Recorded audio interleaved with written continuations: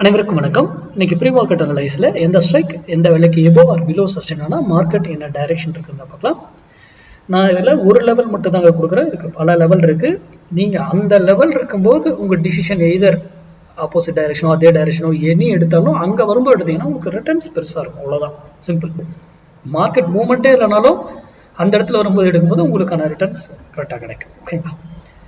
இது நம்ம சிந்திப்பதற்காக தான் இந்த வீடியோ கொடுக்குறோம். நீங்கள் முழுமையாக உங்கள் டெக்னிக்கல் கூட இது மேட்ச் ஆச்சுன்னா பயன்படுத்திக்கோங்க, இல்லையா இதை தவிர்த்துட்டு யூடியூப், இன்ஸ்டா, ஃபேஸ்புக் இதெல்லாம் யார் கொடுத்தாலும் நம்பாதீங்க. இன்க்ளூடிங் மீ, நான் கொடுக்குறதையும் சேர்த்து தான் சொல்கிறேன்.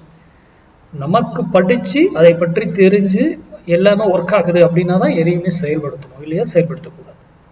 வியாழக்கிழமை மட்டும் எப்பவுமே லேட்டாக தான் என்னால் வீடியோ அப்லோட் பண்ண முடியும், ஒரு பர்சனல் ரீசனால. ஓகேங்களா? சரி, இன்னைக்கு 25,000 கால் 108 rupeesக்கு எபோ இருந்தால் மார்க்கெட் கோ அப், அதற்கு கீழே இருந்தால் மார்க்கெட் கோ டவுன்.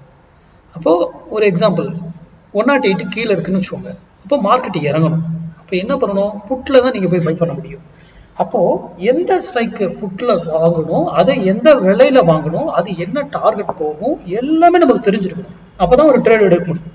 அதுக்கு ஸ்டாப் லாஸ் என்ன, அது எங்கே வரைக்கும் போகும், எங்கே போனால் திரும்பவும். ஏன்னா ஒரு ஸ்ட்ரைக் இந்த 108லேருந்து மேலே ஏறினா ஒரு விலையில போய் திரும்பி ஆகணும், ஆர் எதர் அதே டைரக்ஷன். அதே போல் கீழே வந்தாலும் ஒரு விலையில திரும்பணும், ஆர் அதே டைரக்ஷன் போகலாம். அப்போ ரிவர்சல்னு ஒரு பாயிண்ட்.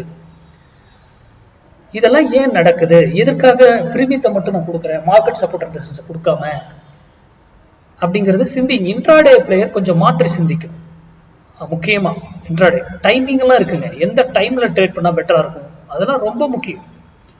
அப்போ உங்க டெக்னிக்கல் கூட இந்த மேட்ச் ஆச்சுன்னா பயன்படுத்திக்கோங்க. நன்றி, வணக்கம், வாழ்க வளமுடன்.